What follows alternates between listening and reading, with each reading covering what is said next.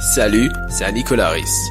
Bienvenue pour cette nouvelle chronique de Faune en alerte.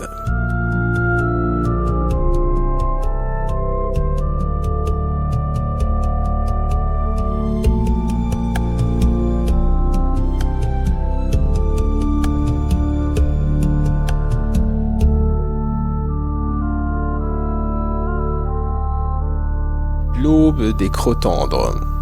Imaginez un instant. Vous êtes au cœur d'une forêt millénaire, en automne.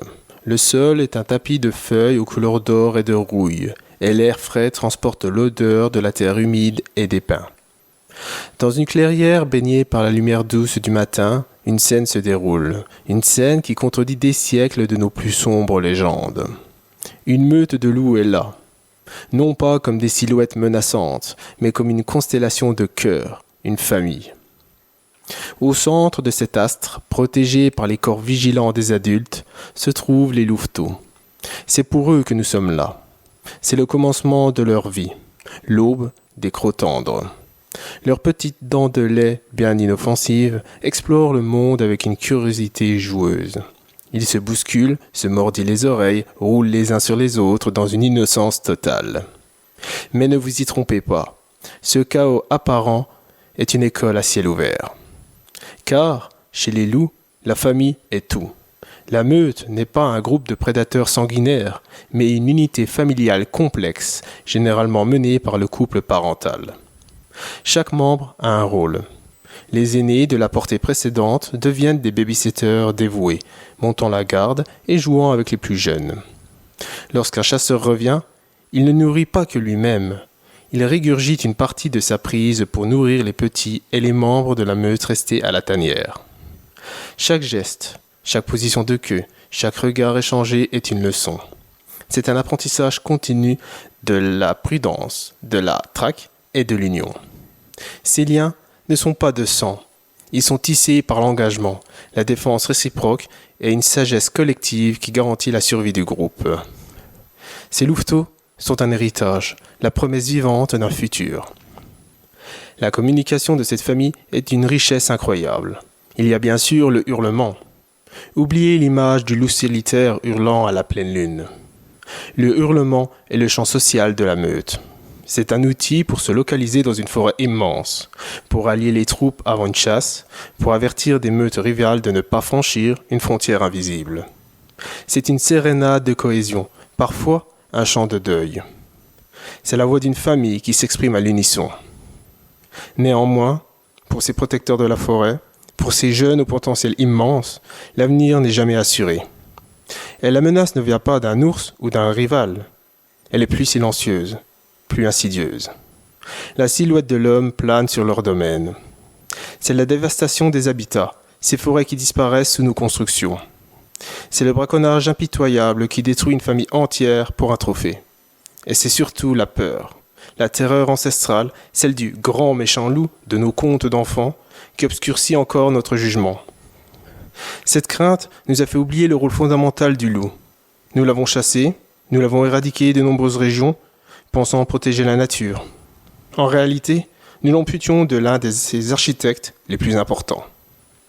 L'exemple le plus frappant est celui du parc de Yellowstone, aux États-Unis. Après 70 ans d'absence, les loups y ont été réintroduits. Et ce qui s'est passé a stupéfié les scientifiques. En régulant la population de cerfs, les loups ont permis aux jeunes arbres de repousser le long des rivières. Ces feuillus ont stabilisé les berges, réduisant l'érosion. Le retour de ceux-ci a favorisé le retour des castors qui ont construit des barrages, créant des étangs qui sont devenus des habitats pour les poissons, les oiseaux, les amphibiens. En revenant, le loup n'a pas seulement sauvé sa peau, il a redessiné les rivières. Cette puissance, cette sagesse écologique nous redirige vers notre clairière du début. Elle nous ramène à cette scène familiale, à cette aube des crotandres. Et cette vision, elle agit comme un miroir. Un reflet de la beauté et de la complexité des liens familiaux, mais aussi du danger qui guette. Ces jeunes loups incarnent notre propre conscience et le risque que nous courons de perdre quelque chose d'essentiel. Leur futur repose sur notre faculté à dépasser nos préjugés, à comprendre leur rôle crucial et à agir pour que leur aube ne se mue pas en ténèbres. Que mettrons-nous en place pour garantir que ces dents, un jour robustes, puissent défendre leur famille et maintenir leur place dans l'harmonie de la vie? Leur lever, finalement, est aussi le nôtre.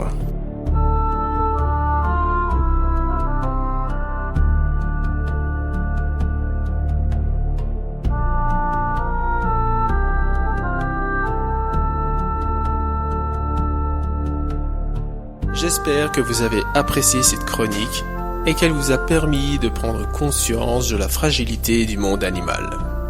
Vous pouvez prolonger votre connaissance de la faune sur Behance et Instagram avec le nom Anicolaris.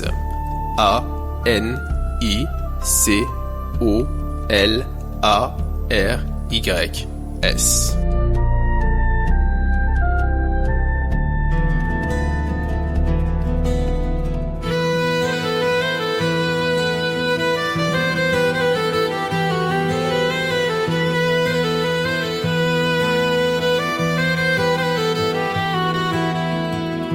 Forêt d'or et de rouille, une constellation de cœur. Sur la mousse, la vie grouille loin des contes et de la peur. Crocs tendres et jeux d'enfants, l'école au creux de la tanière. Chaque geste est un serment appris des sœurs et des frères. C'est l'aube des crocs tendres, un serment pour le futur, une promesse à défendre contre les ombres sur les murs, qu'il ira dans le regard clair, que leur lever notre prière.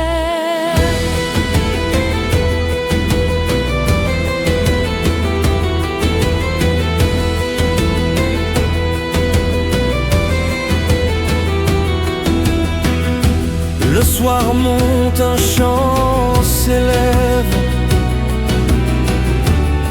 Ce n'est pas un cri de guerre, c'est la voix qui nous achève. Le langage de la terre.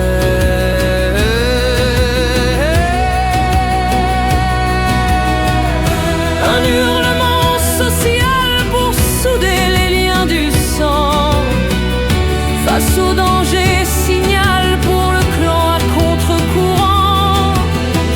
C'est l'aube des crocs tendres, un serment pour le futur, une promesse à défendre contre les ombres sur les murs, qu'il ira dans le regard clair, que leur lever notre prière. Mais la silhouette de l'homme avance, armée de sa terreur sans âge. Le grand méchant de notre enfance qui dévaste son passage. Pourtant le sang qui vous effraie est celui qui guérit la plaine, l'architecte des forêts qui redessine les rivières. Alors écoute le vent te dire que leur destin est entre nos mains. L'aube des crocs tendres soupire, leur lever sera le nôtre demain.